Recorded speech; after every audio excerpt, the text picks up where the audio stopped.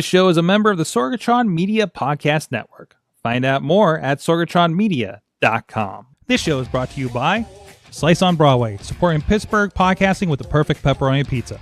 Production services by Sidekick Media Services. And listeners like you, supporting us at patreon.com/AwesomeCast.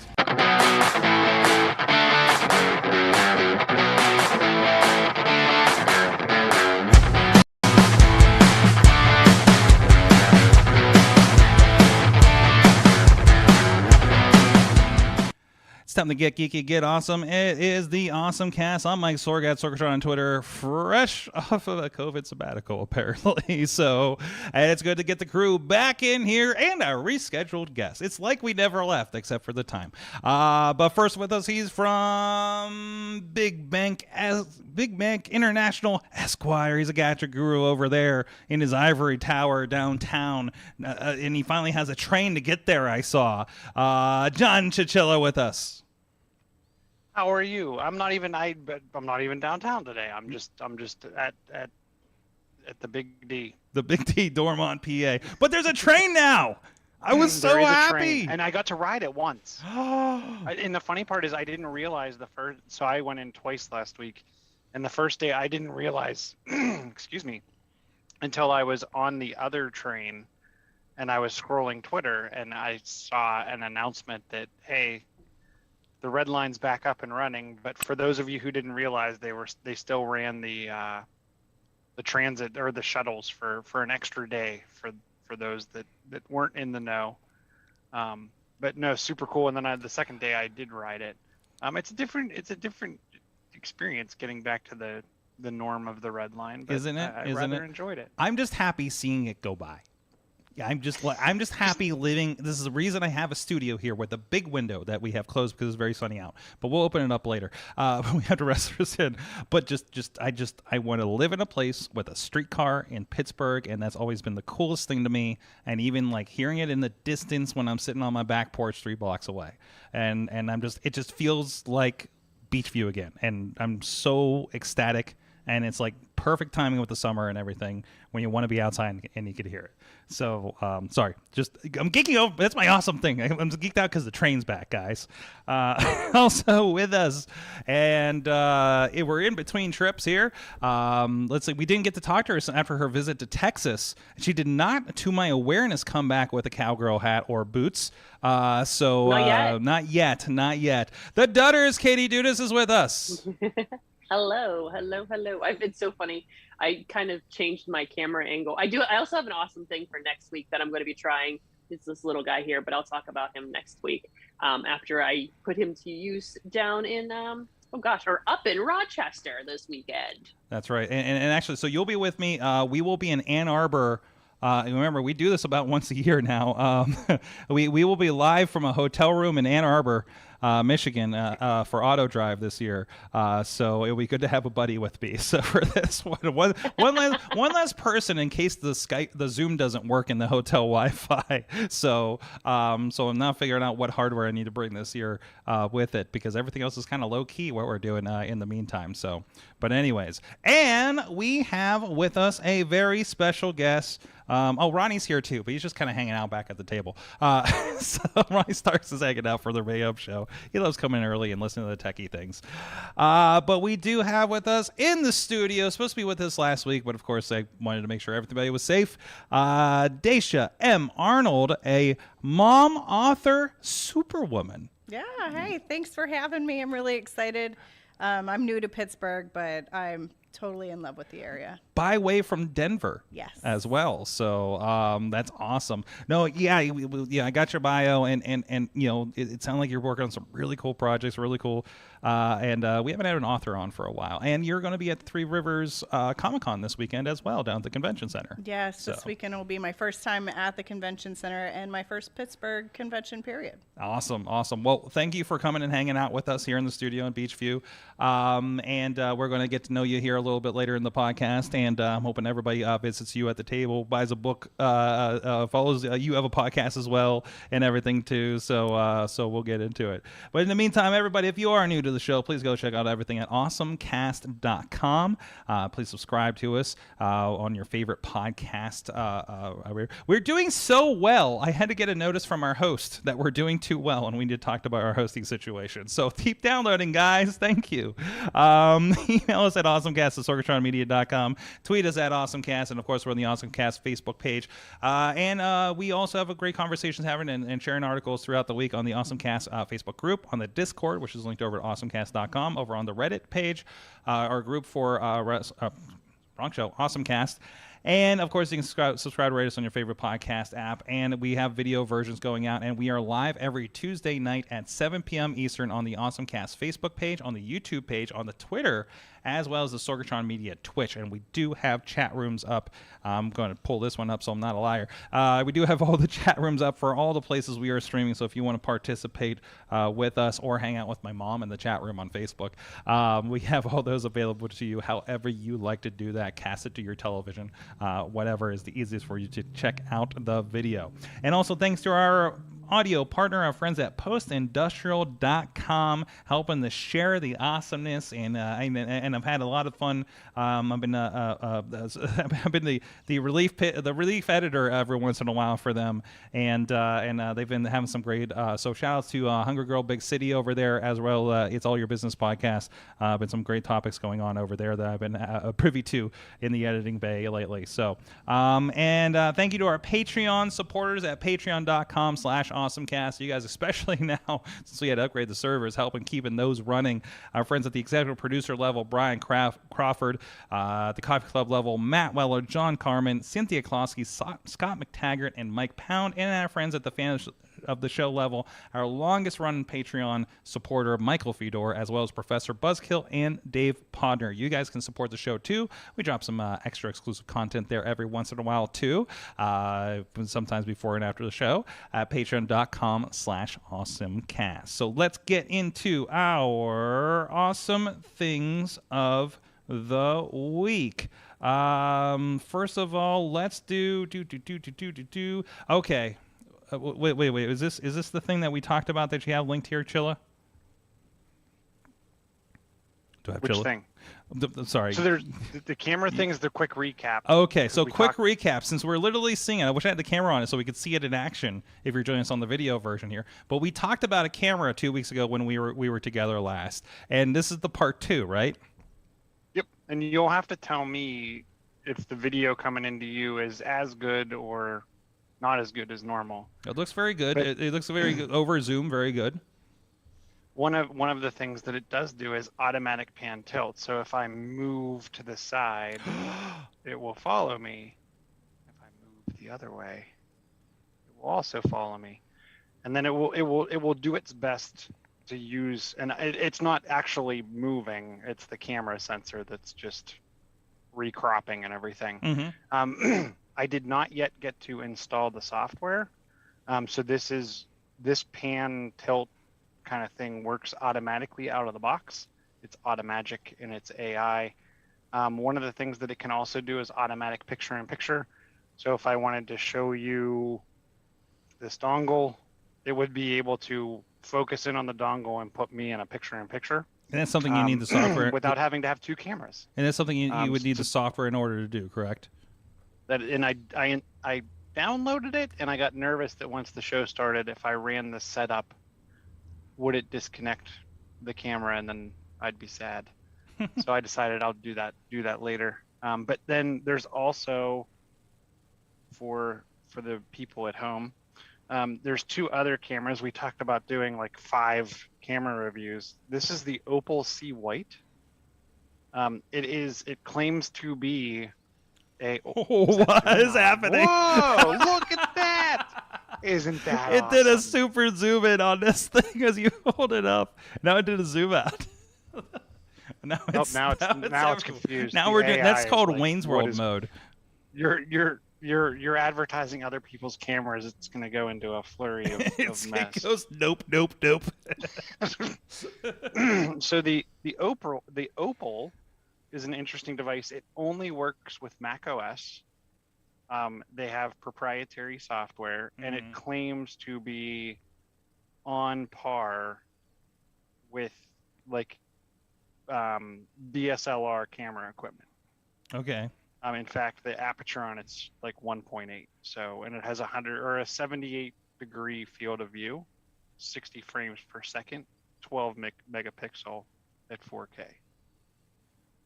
So we'll be reviewing this one in a coming week, and then I also have the Logitech Rally Bar, another 4K automatic pan tilt zoom. Wow, it really likes to move. It's really trying to follow my head. So if you're on audio, he just like he went to sit something down next to him and put his head sideways, and it zoomed in on him while I was sideways, and then like pulled back out when he went up. It was it's a very dramatic zoom, right? When it happens. It is very quick. I wonder if you can set the speed, because the one thing I noticed on the Rally Bar that we'll show in a couple, probably in 2 weeks, we'll probably do the Opal next week. The Rally Bar, you can actually set the automatic pan tilt zoom speed, which I thought was interesting. Awesome. But you need software for that, and I actually have that software set up on all my devices now because it's a great device. But I love this mode. I hope it doesn't get better. I hope it is. But once next time it does the super zoom to the top of your head like that, you got to do the Wayne's World like whoa kind of thing. So. But also you do have an awesome. Thanks for the update. But you do also have an awesome thing of the week, which you took mine, so I'm gonna have to go dig it out right now. Oh, I'm sorry. No, it's fine. It's fine. I didn't put it in there yet. So, but yeah. So, but go ahead and tell me the awesome thing of the week. So you may know more about this because this is the only article I saw on this today. But after quite some time, the DeLorean is back. I got a great follow up to this actually. Okay. Go ahead. So the DeLorean is back. The DeLorean Motor Company is making an EV. It will not run on gas. It goes 0 to 60 in just under 3 seconds for a mere $175,000. So Sorg, if I can borrow your lunch money, that it would be nice to have one of these. The interesting thing is it is not being built by the original DeLorean company. There's a company in Texas that's going to be that bought the rights to the name and the parts. It will have the cool, the wing type doors that flip up. They did, instead of having such a square front end, they did round the front end. But the overall design is from the same studio that sketched out the original DeLorean concept. So pretty cool. The article I read actually earlier today is the one that I posted, and it said expect more details later today. And I'll be honest with you, I checked back probably 20 minutes before the show and didn't see an update to this article or any follow-ups unless I missed it. But I thought it was pretty. The price tag's a little high, but the car looks pretty cool. I watched this thing, and the first thing I had in my head, and I know this isn't the reason to do these things, but my first thought was so we're going to do another Back to the Future, right? So, like, I want a Back to the Future movie with this car now.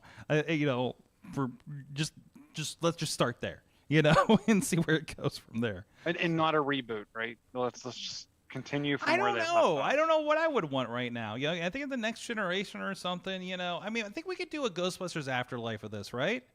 Where it's like, oh, we found the schematics and the gigawatts and plutonium. That's crazy. We can do this now, kind of thing. So, but anyways. But what if you made it like the multiverse, where they actually found this in one of the broken off future pasts? Yeah. You could do. Oh, don't. I think we're gonna be sick of multiverses here in the next couple of years, movies wise. I think you're both wrong. I really feel like it's going to be a Fast and the Furious. like the next Fast and the Furious is just gonna start going in time. Might as well. Where else are they gonna go now? They done been to space. They've been to space. They've been through mines. They've been to the Arctic. Like, we are running out of. Like, they're exploring all the things that everybody else won't. So, jeez. That's how you go back and get your Paul Walker hologram. Oh, It all comes together. Jeez. Or do they go to the future to get the hologram to come back and then Paul Walker comes back, but then he turns into like Channing Tatum or something? Sorry. They like CGI his face. That's on right. Channing Tatum. Sorry, I just watched Lost City with him and Sandra Bullock last night. So, related awesome thing actually, Chilla.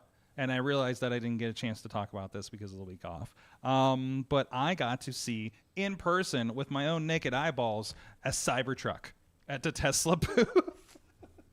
Have you ever heard a golf cart squeal to a stop? That's what happened when we were going by the Tesla booth because they had no cars the first day we were there. And I'm like, okay, let's go do our thing. Let's go out to the track and shoot some stuff. And then like both me and Tyler V was with me on this one. And then we were just like, wait, is that a Cybertruck? Strange. And then we went took pictures of it with it and everything. It just does not look real. And then I also found out a colleague of mine that I used to do some work with has one on pre-order here in Pittsburgh. So, it's just wild. It just looks. I know it doesn't look functional, right? It looks like. Listen, it looks like it's straight out of RoboCop, but also it looks like the RoboCop 3D CD-ROM game I had, which was one of the first 3D games where everything was flat polygons. There it is. That looks like there's other stuff there, but yeah, that was fun. Tesla always like it's funny. They had like 4 or 5 cars, Tesla cars. And I'm just like, I don't care. You got a Cybertruck over here. So, but also the amazing part of it, I didn't realize. So there were several kind of EV things. One, Ford had the F-150 Lightning that we talked about here on the show. I know Dave Ponder talked a lot about that when they were first announcing it, right? I opened it up. Let me see if I can grab the picture for that one too while I'm at it. So we're talking with them and we're looking it over, and everybody loves to pull the hood up, and of course there's nothing under the hood, right? Like there's no engine, so they're gonna like put like Tesla will put like snacks in there for the kids or something, right? Ford put a cappuccino machine in theirs. And then I'm talking with the one rep there, and she's saying like, yeah, I really wanted to bring like my Nintendo Switch and just have that running in the front of this thing, but like they couldn't find like they didn't want a computer monitor. Like there's the cappuccino machine. Boom, they were just making coffees in the morning apparently for a while there. So because the whole idea of this is and actually there's a good shot there of the plugs. Like you got full outlets situation going on there. But the whole idea is you're going to be able to take this to a work site and it's going to be able to run. You don't need to also bring a generator. It will just run off of the battery and it's hyper loaded to do all this kind of stuff, right? So, but there was another one, and I got to see if I have a picture of it here because I know I was getting the name wrong of it, but it was called Rivian, I think. Here it is. I've never heard of this company. Rivian, yeah, Rivian. Again, electric pickup trucks. I've never seen these, never heard of them until they were here for this. And of course, all these guys are here. This is at the Formula SAE up on the Michigan International Speedway we did a couple of weeks ago. And, they're all kind of recruiting engineers, right? Because they're, these are all the kids who are building the Formula cars. Next month, we're going to go back and they're going to have the electric Formula cars. So there's going to be a lot of that kind of headspace happening for them to try to hire everybody. So, but no, it was pretty cool to see these. Never heard of these before. There you go. Hood's open. Looks like a Toyota FJ Cruiser with a truck bed. Right? It's just like, what are we doing here? What were the like the things that folded down from the side? Is that something so you could step on the? Oh, top you talking of about? it? You Like talking a about? cargo, Hold like a on, like this cargo. thing? It's more cargo space. Because there's no engine or working. Yeah, they just put it between like the bed and the seats in the cab kind of situation. It's where you shove your kids. Don't make me put you in the undercarriage, right? So, but no, again, kind of a cool thing to see out there. And oh, geez, now my Photos app crashed. But yeah, so. And I'll be interested to see if they have more, since there will be more of a focus on the electric cars in the next competition or not. So we'll see. Katie, what is your awesome thing of the week? It's a mouse. Keeping it simple. So I just got a Mac. I look at this guy. I got a MacBook Pro, and I got one USB. And you know what? Everything I do runs off of a USB. My external hard drive, which I just bought a new one of those guys. I got, my mouse, my everything I own. Everything I own. My cappuccino maker, all USB. You need a Ford F-150, obviously. Obviously. What am I missing out on here? So I broke down and I was frustrated. And then so I went to my friend Amazon and I was like, hey, I need a Bluetooth mouse. And got suggested this guy. It's a PM6BS. I like how I grab for the mouse with my right hand as I hold the mouse in the left hand. I'm doing really well today. It is a Bluetooth mouse. It's rechargeable, wireless. It is a silent clicker, which is pretty cool. So when I click the button, you can't hear anything.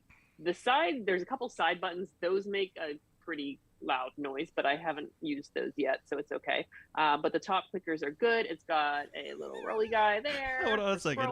Hold on. Did you see the image for the noiseless click? It's like, so you can click the mouse and not wake the baby. Yeah, because I'm constantly next to babies clicking mouses. Yeah. Just like, I'm just going to go up to people's babies as they're sleeping and just go, like, I'm not waking the baby. Is this a known problem? Is this like parents are like, listen, can we just quiet down the mice? I keep waking my kid when I'm doing my work.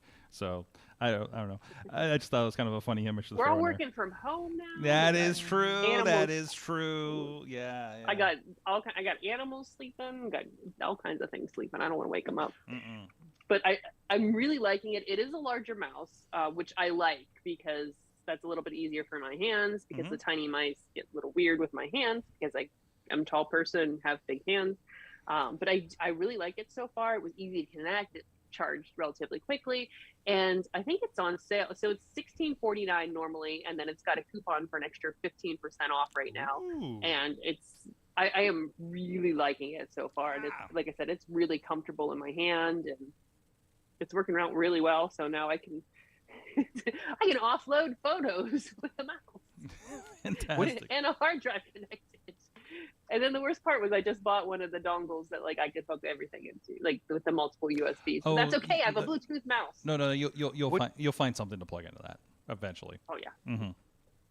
What kind of beyond my what kind of charge port is in the top of it? So it looks like a little micro guy. So this was almost my awesome thing of the week. This label maker, because I've officially hit a point where I'm super annoyed with everything I'm buying having its own particular cable. And it's just like, what is this thing? And then I'll find this later, or, I'll separate these two somehow and I'll be like, what in the world is this cable? So I started labeling my cables, but it's just a micro USB. Thankfully. Now the question is that I can connect it to the full side USB. Now, are you throwing away the cables that you no longer have objects to? Absolutely not. They live in a box. Of course not. Does anyone who does that? It was a really nice box that I can't throw away because it's a great box, so I might as well use it for cables. Right. I'm that guy. We had okay. Here's your tip. Here's your awesome tip of the week. So for a while we were getting those little packets that you flavor packets you put in your water to make it like sugar-free Kool-Aid kind of thing from Walmart, and they had those. And they came in those thin kind of plastic tube cases, right? So we just kept those, and Missy labeled a bunch of them on the top. So there's micro USBs, mini USBs, USB blocks. And this is the era we were doing this, 30-pin connectors for an iPhone or an iPad. So we have, and those are still in a drawer here in the office.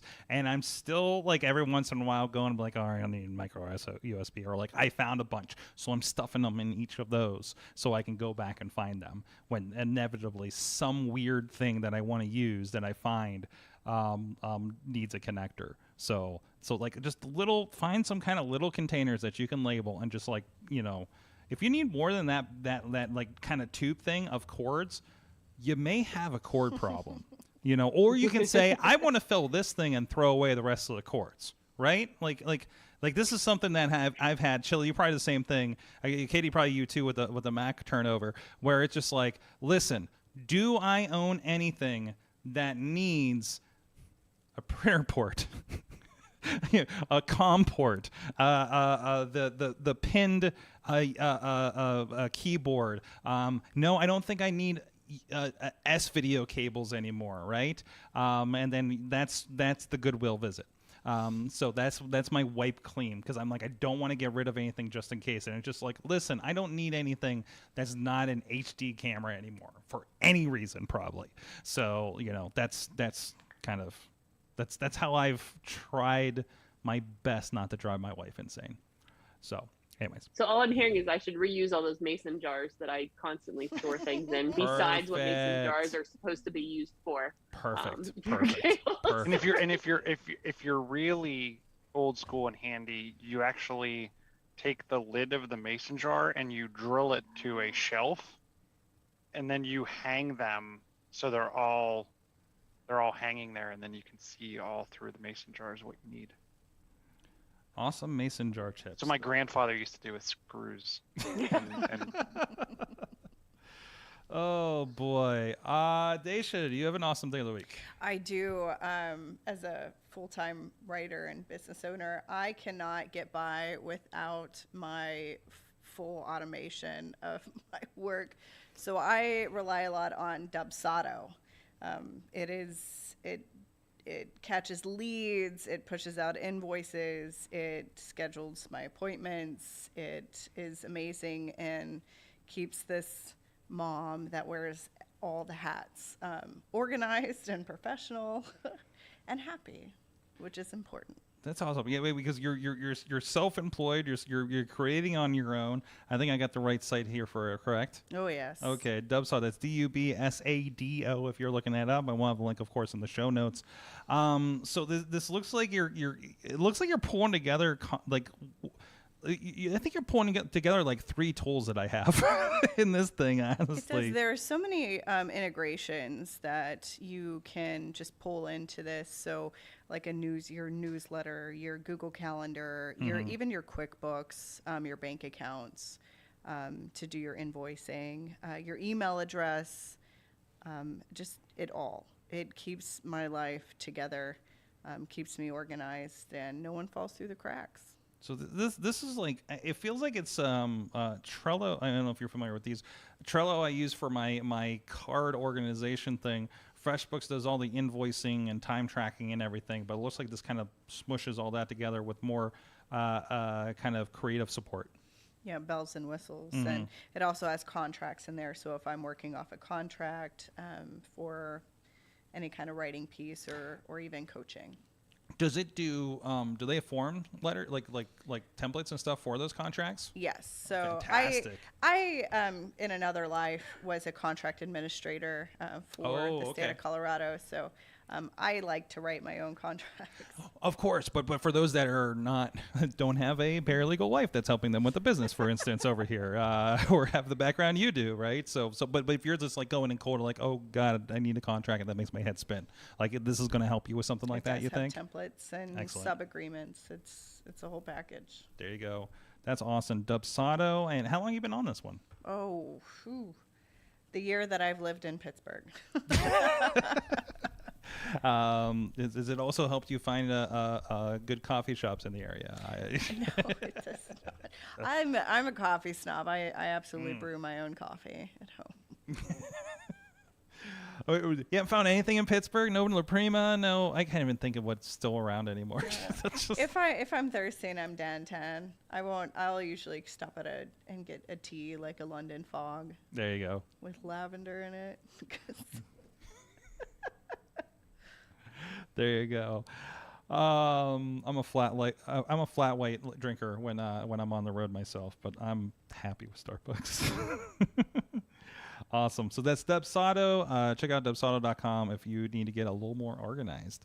That looks like a really. I'm going to compare it. I'm honestly going to compare it, because if it can roll together like a few things that we have going on and do it maybe better, that is definitely worthwhile for a small business thing. So awesome. Well, hey, you know what's also awesome and local? You got a little bit of local flavor here. And I saw you trying it out earlier. Our good friends at Slice on Broadway, New York City style. Yins are made. Beachview, Carnegie, East End, and North Hills. Our good friends down there. It was good to get back some local pizza, some local New York City style pizza, if you will, and see the friends down there at Slice on Broadway, right here down the tracks. With a functioning train, I will remind you. The coolest thing, I'm talking about this for a while, but the coolest thing is going down to visit our local, the original Slice on Broadway, and their seating's on the second floor there, and just seeing the train go by as you're sitting with people with that. I mean, we used to do the Pizza Pals there, Katie, back in the day, of course, right? And that was always a really, really cool time. And a good crew there, Rico and the crew, and we never shout out. They have a general store next door now. And I understand they have some pretty good sandwiches and desserts and stuff, or ice cream and stuff. So go check it out, sliceonbroadway.com. And of course, they're on Grubhub and all that kind of stuff if you're not in the immediate delivery area. Riz, I love Riz. He lives out in Monroeville, and he always messages me. He texted me the other day. He says, I haven't done this in a while. I'm like, what did you do, Riz? And he sends me a picture of his Grubhub getting some Slice on Broadway from the East End location all the way out to Monroeville. So there you go. And you need to join Grubhub Plus apparently while you're at it from the looks of the screenshot. But anyways, thank you so much for them for supporting the show over a decade of awesomeness from Slice on Broadway. Dacia M Arnold, you are, as I said at the top of the show, author, mother. I've said this backwards. I'm sorry. Superwoman. I got the important ones in there though. So you're gonna be at Three Rivers Comic Con this weekend, of course. But you're not just a writer. You got a pretty cool background as well. Can you tell us a little bit about it? Yeah. At 19, I joined the U.S. Army after doing a year of Bible college in Wilkes-Barre. I was in the Army for 10 years. I was a combat medic.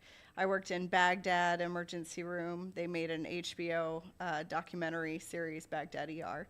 That's where I lived for 15 months during the surge. And my second deployment, I ran the busiest outpatient clinic in southern Iraq. After that, I got out. I started a family. We settled in Colorado, where I became a science fiction writer. That's exactly what everybody does getting out of the Army, right? Well, it's really weird writing like post-apocalypse and dystopian, because when COVID hit, I was actually working for public health in Colorado, and they caught wind that I worked in field hospitals. My current position was in procurement. So then I got roped in to help manage the contracts that built the 5 field hospitals for the alternate COVID sites for the state of Colorado. So where I had gone to a science fiction convention and signed like dystopian books and sold my books, like I was in the same convention center floor, and it was just endless rows of hospital beds. Oh, geez. It was the most surreal thing I've ever experienced. It was super hard, and I cried a lot, but it was at the same time probably one of the most fulfilling things in my life to basically do every job I've ever had in my whole life in one position. That's amazing. It's an amazing story there. Tell me a little bit about, like, why the super, why a science fiction kind of angle on this? My dad started writing dystopian, post-apocalyptic science fiction. My dad also joined the Army too, so I'm constantly chasing after my dad, essentially. But when I left the military, I suffered really bad, and not really from PTSD, but I would call it a hypervigilance.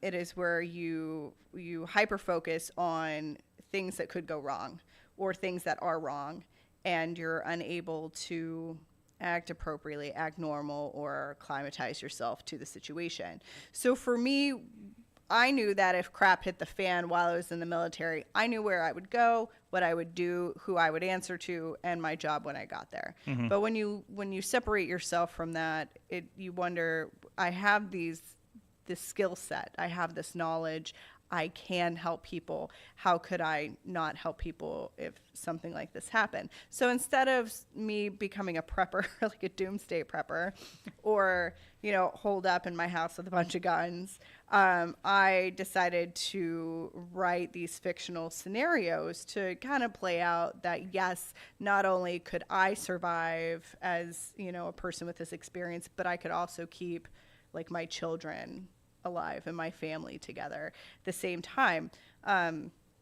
Also during that time, dystopian was really popular in the young adult fiction genre, and we loved it. Women loved it. It was great, and everyone says, well, YA grew up, and they really didn't. It's the people who enjoyed those books who grew up, but the protagonists, the main characters, they did not grow up. They didn't get jobs or mortgages or kids. And so that kind of demographic was missing in fiction. And that's why I decided to write that type of character. That's right. We said, you know, don't say mom saved the day instead of the teenage girl. It was that's what caught my attention when I first read about you here. So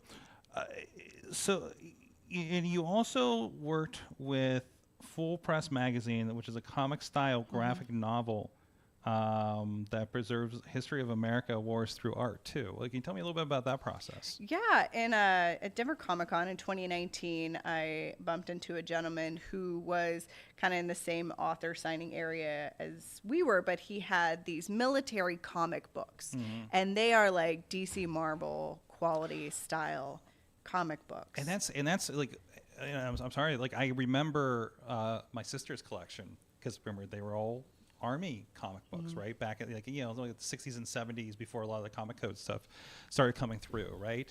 So I think it's kind of interesting that we're kind of going back around to that, right? It is very nostalgic, and in this attempt to preserve that history in a way that is popular with the coming generations, so that we don't lose the history of World War I, World War II, and even like Iraq and Afghanistan, which is where I got to tell my story. And that's so important, because I think people grew up with it or grew up alongside it and just know what the news said, right? So like that's really important to kind of see that story, you know, from somebody that was actually there. Because I think we all have kind of a preconceived notion of like, oh, it was the desert and it was horrible and is this and the other thing, you know, kind of thing, you know, and I think that's really important too. I tell people it's the best, worst time of your life, working in such a crazy trauma hospital. And we would work 6 days on and have 1 day off, and would just constantly rotate. But we would also like go to an extreme to have fun and to have downtime and decompress. So, you know, it was the best, worst time of my life. It wasn't like, I think people think it's like it's a 24/7 always on, ready to get shot at kind of thing, right? It sounds like it was not entirely, because this is also like, you know, most of the conflict had kind of passed at this point, or in the middle of. No, we were. I'm misinterpreting. This is why I need to learn. No, we were in the hot heat of getting mortared. So you have to rest. Yes. You have to. So yes, there is a 24/7 threat of being shot at, being bombed. The hospital compound got hit with mortars all the time, and the sirens would go off in the middle of the night. But you just kind of like, you're like, okay, if the bomb hits and, you know, I'm dead, or if the bomb doesn't hit and I took the time to roll off the bed, I'm going to be tired for my 12-hour shift tomorrow, trying to save people's lives. So it's just kind of, you come to terms with kind of mortality in a way that you try to rationalize your, in an otherwise normal setting, careless decision to go back to sleep during a mortar attack. Wait, and I think just most can't fathom that, right? What that experience would be like. And a lot of times I struggle with too is I tell these stories, and I tell them a lot of times to remind myself that they happen, because when you look at me, you don't know. You look at me and you don't assume anything. You assume that the stickers on my truck belong to my husband, or I'm borrowing my dad's car, stuff like that. Absolutely. I will get stopped at the gate at the VA going to an appointment, and they will ask me what my business is at the VA. It's very, even people there, it's hard to wrap your brain around. Yeah, females have always been in the military. Oh yeah. And moms are in the military and are serving in the military. Absolutely. And that's, I mean, have you seen, obviously with your work, but have you seen, like, I don't know that I see the general media kind of conveying that as much. Like, there's always, like, one on the team, but they're never, like, the main protagonist, it seems. Exactly. And they're very extreme. So you got the butch that carries, the big machine gun, or she's like the eye candy officer dodo that doesn't have any experience. There isn't any normal, like, female squad members. Like, There's just not representation. There isn't. No. There's not a lot of representation. It's kind of frustrating. Well, it looks like you're trying to do something about that here, so it's pretty cool. Did I see? I'm trying to bring up the thing because I know I was reading through things earlier. Did I see you were submitting a story for scary stories to tell in the dark? So in years ago. It was when I first started writing. The Horror Writers Association had an open call for an anthology for when Scary Stories to Tell in the Dark was being adapted to film. So I had submitted a story called Sunday School Crossing, and it didn't make it in. So, but it is available on Amazon for Kindle download. It's just a short, gruesome young adult story. That's awesome. Scary Stories was the one that I remember fondly growing up. I think they read it to us in class, honestly. I know. I checked wild. it. Yeah, I checked it out of the school library. Yeah. Like, I remember reading all those stories and just eating that up back in the day. If you don't remember, I don't know, maybe some of you remember this at the library. I'm going to throw the cover of I believe this is the first one. Because there was this, and I think was the other one even more stories to tell. They had right up here. What's that? I think it was more stories to tell in the dark. More stories to tell in the dark. So that's cool. I mean, that's something with a long lineage there, right? Yes, it is. It's just to have the opportunity to be a part of something like that was really exciting. Absolutely. What's even more exciting is that next year, the Horror Writers Association annual award ceremony, Stoker Convention, is here in Pittsburgh next year. Really? Yes. Okay. Well, we love our horror around here. I mean, like we were talking about the Land of the Living Dead the gathering convention that they're having in a couple weeks in Monroeville Mall. So that Romero bit is kind of ingrained around here. So hey, if Doug Bradley wanted to move here, Pinhead himself. So but anyways. No, that's really cool. So what's your latest project again, and what's coming up for you here? Yeah, so I just released a new book. It's called Dirty Bombs, and it is a mother at war who's experiencing biological warfare in Iraq. So they're not just fighting the Taliban, they're now fighting zombies. And so after watching how the government responded to the COVID virus, it made it really interesting to consider how they would treat a zombie virus and quarantining and those processes, and how somebody could easily slip through the cracks in the early days to make it back stateside before a complete lockdown happened. That was really interesting. Early days of COVID, wasn't it? Because you were just like, you kind of like ringing your head all the movies you've seen over the years, and you're like, okay, which one's playing out right now, right? As we didn't know what was happening going into things, right? I think for me it was very strange. I was working in I'll call it a civilian emergency room. So having all this knowledge of how to deal with biological threats and decontamination and field decontamination was I say the word thrilling. It wasn't. It is validating. Yes. It is validating to have this ridiculous set of knowledge and then be able to use it. So where we nerd out about certain things, like if I don't know, zombies were really to happen. Like a lot of people would be really excited about that because they've been planning it their whole lives. I do have like the zombie survival guide on my shelf at home that I flip through every once in a while. my goodness. Or how to train a zombie or anything like that. What is that? You got one over there? Yes, that's the Dirty Bombs cover. I think Ronnie's about to buy a book. Yeah. There you go. You got one customer out of this. So, no, but that's amazing though, right? Because it is interesting. Yeah, that whole, like, you know, did it feel like one of your books was kind of like panning out in front of you a little bit? Oh my goodness, it was way harder than that because in fiction, yes, you can mentally play out every scenario and then you fix the holes. Yes. But like in the public safety, like it's like a situation room, so you get briefed every morning and there's all these TVs around and the director's like next Yeah. and everyone's reporting in on what's going on, and COVID did nothing we thought it was going to do. And it left us all guessing, but it also opened me personally and my professional growth open for critical thinking and asking questions and problem solving outside the box. We crossed so normally state governments are decentralized, so each department works independently of itself. Right.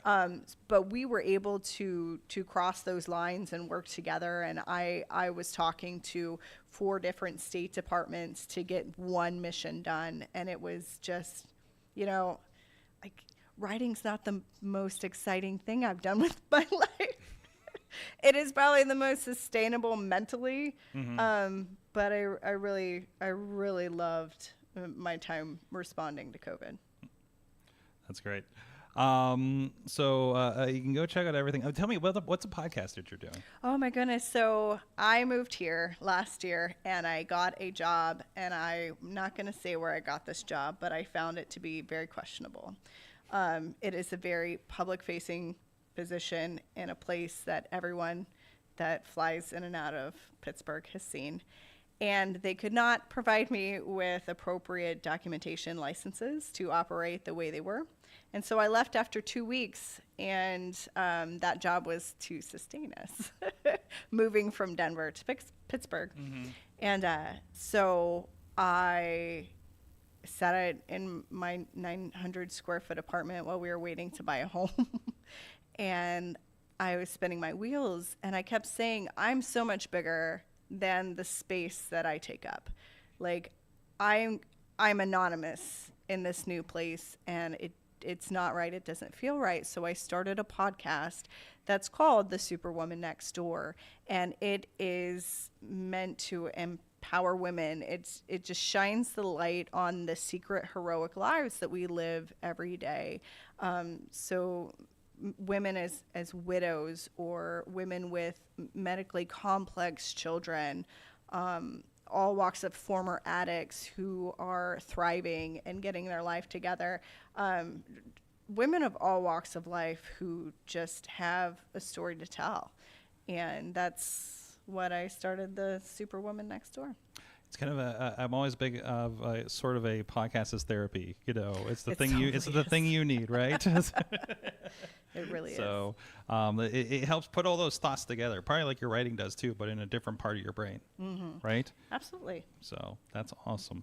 So I hope Pittsburgh has been treating you well over this last year as you've been adjusting. Great. So Three Rivers Comic-Con this weekend. David Lawrence Convention Center. That's cool. That's cool that place has gotten to get to the level to be at the David Lawrence Convention Center too. Because one thing we have the Steel City Con, but we don't have like a Comic-Con. You know what I mean? Like it's the closest thing, but I just feel like we're missing that big downtown Comic-Con. WizardCon tried, did not work. I hope Three Rivers Comic-Con is building enough to be that kind of thing, right? So looking forward to see. And hopefully it will be a time when I'm not out of town. I can go experience it again, too. So fantastic. And where can people find you online? You could find me online, Dacia, Dacia M Arnold, or Dacia Arnold if you Google it. I'm all over social media, Dacia M Arnold, Facebook, Instagram, Pinterest, even Twitter. come find me, friend me. There you go. Well, thank you so much for joining us here on the show, guys. Let's see, we're about at pumpkin time for Chilla. Is there anything you guys wanted to bring up on the way out the door here? Out in Zoom land? I would chill in the Zoom again. Like, I just want him to hold up something.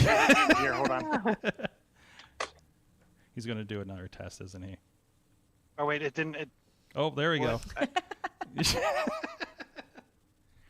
It didn't do it as good as the. Hold on, I'll get the original box. The follow's doing pretty good. Are you trying to repeat what's going on there? I can't make it do what it did before. Oh wow! It just did a cool zoom out. He forgot the Wayne's World. Yes, I'm sorry, audio podcasters. This is just really cool, and it's just like zooming in and out on him like crazy. Well, now I'm really gonna have to try the picture-in-picture thing. So I'm when you guessing get that'll like flip things all around. When you do the picture-in-picture thing, when you're like actually have like something to hold up and stuff, because you have gadgets all the damn time, right? Mm-hmm. So that's gonna work out really well for you, or it's gonna work out really really bad, and either way it's gonna be entertaining. So awesome. Well, thank you, John Chichilla at Chilla on the tweets. John Chichilla on the Facebooks. And, of course, the Dutters, who will be on the road with me in the next couple of weeks in such exciting places as Rochester, New York, and Ann Arbor, Michigan. Hello. Not as scenic as LA or Nashville, but it'll be okay. No, or Fort Worth, Texas, probably even, right? So yeah. Thank you, everybody. Thank you to our guest here this week. Of course, and also follow me at Sorgatron on Twitter. And thank you, everybody that's been in the chat room. What's up, Dave Podner? Go check out his iPhoneography podcast. And, of course, Steve out in San Diego. Freshly landed in the last couple weeks to San Diego with Amanda Narcissi out there.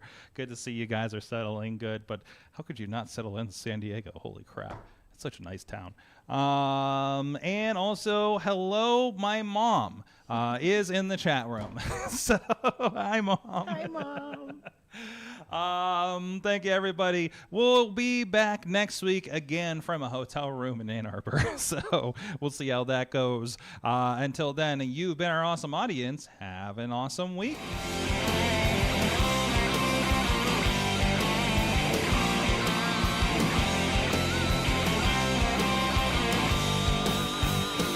This show is a member of the Sorgatron Media Podcast Network. Find out more at sorgatronmedia.com.